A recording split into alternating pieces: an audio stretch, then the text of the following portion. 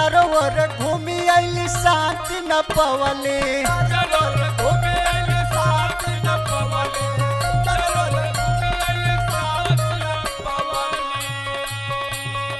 चारों ओर घूमी आइली शांति न पवली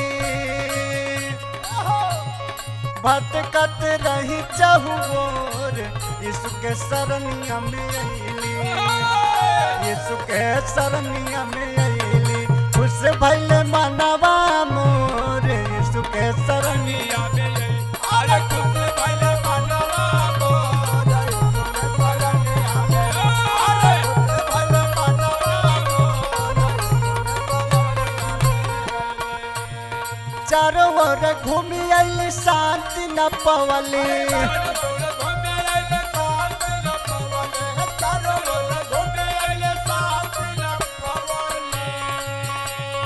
भटकत रही चहुओर यीशु के शरणिया में अइली यीशु के शरणिया में अइली खुश भइले मनवा मोर यीशु के शरणिया में अइली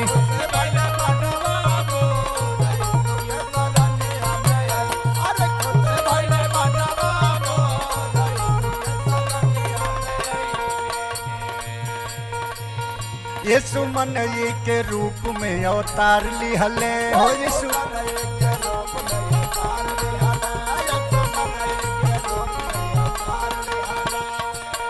सगरो पापी अधर्मी के तार दिहले हो सगरो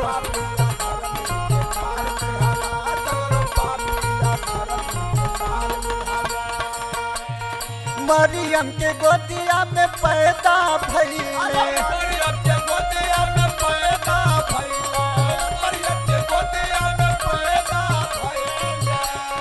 मरियम के गोदिया में पैदा भइले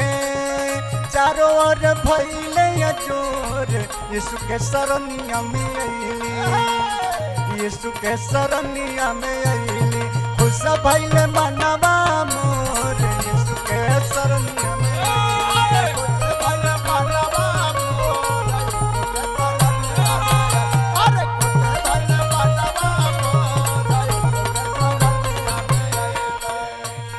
आखिरी मंद में कहना है जे यीशु शरणिया में आ जाला हो जे यीशु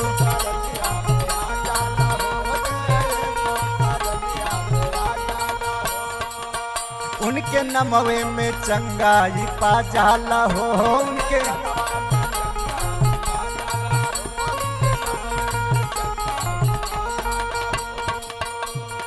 जे भी यीशु के शरणिया में आयल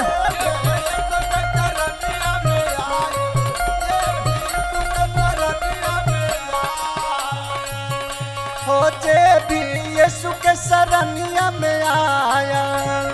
जिंदगी में भइले जोर यीशु के शरणिया में अइली यीशु के शरणिया में अइली खुश भइले मनवा मोर यीशु के शरणिया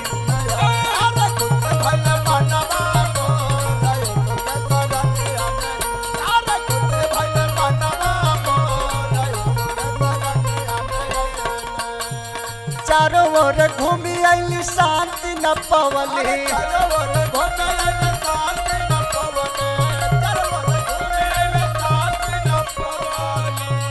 चारों ओर घूमी आइली शांति न पवली भटकत रही चहुओर यीशु के शरणिया में अइली यीशु के शरणिया में अइली खुश भइले मनवा मोर यीशु के शरणिया में अइली खुश भइले